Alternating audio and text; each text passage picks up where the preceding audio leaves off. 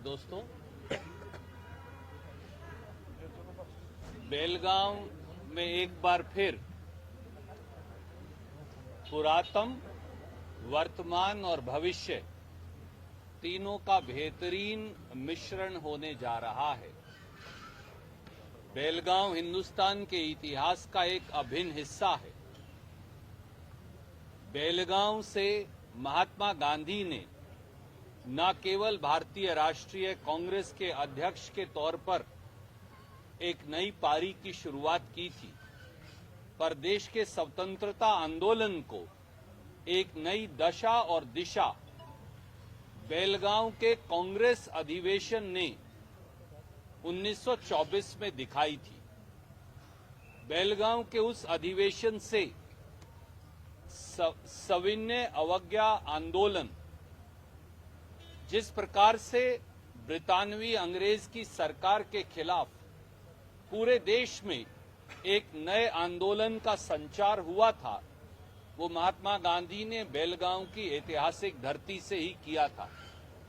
जिस प्रकार से समाज की कुरीतियों के खिलाफ लड़ने और पूरे समाज को इकट्ठा कर जात और धर्म का भेदभाव मिटाकर, क्षेत्रवाद का भेदभाव मिटाकर पूरे देश को एक सूत्र में पिरोकर सत्याग्रह के रास्ते पर लेकर चलने का कांग्रेस ने संकल्प किया था, वो भी महात्मा गांधी के नेतृत्व में बेलगांव में हुआ था। एक बार फिर 100 साल के बाद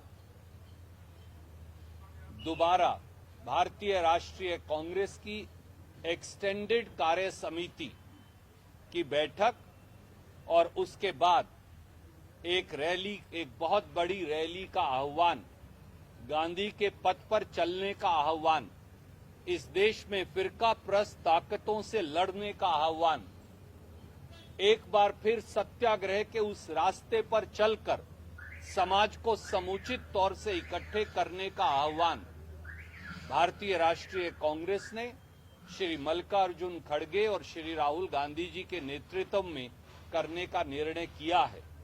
इसलिए कांग्रेस का ये अधिवेशन, कांग्रेस की ये कार्य समिति की बैठक अपने आप में ऐतिहासिक है और हमारे प्रदेश कांग्रेस कमेटी के अध्यक्ष श्री डी.के. शिवकुमार, मुख्यमंत्री जी श्री सिद्धारमैया जी के नेतृत्व में उसी स्थान पर जहां महात्मा गांधी जी ने अपना अध्यक्षीय भाषण दिया था, वहीं पर फिर 26 तारीख को उसी स्थान पर कांग्रेस कार्य समिति की एक्सटेंडेड बैठक होगी।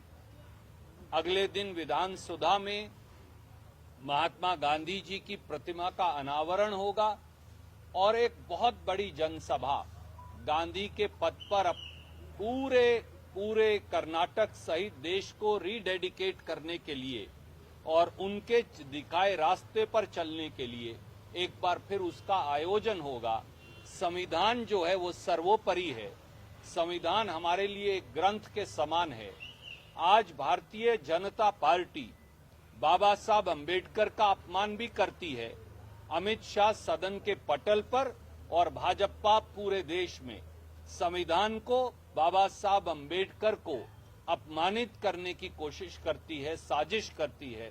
तो दूसरी ओर ये अधिवेशन, कांग्रेस कार्य समिति की बैठक और ये जनसभा इस बात का संकल्प होगी कि किस प्रकार से ये देश और इस देश के लोग केवल संविधान के अनुरूप चलेंगे।